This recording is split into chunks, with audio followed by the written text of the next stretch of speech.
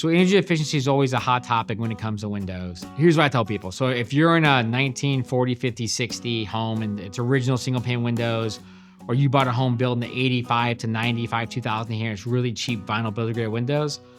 Any new window you're gonna pick, vinyl, fiberglass, wood exterior, or a wood interior, fiberglass exterior, the windows are gonna perform significantly better. The technology's better. The gas inside the glass is better. The seals are better. So you're gonna have a significant upgrade.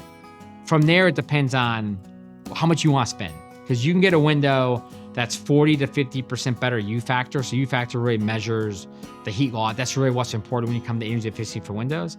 You can spend 40 to 50, you can get 40 to 50% better U factor, but it might cost you 2 to 3 times more for that window.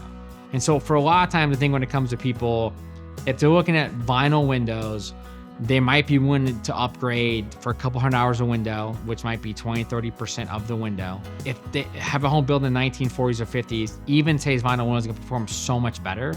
So some people opt not to do that.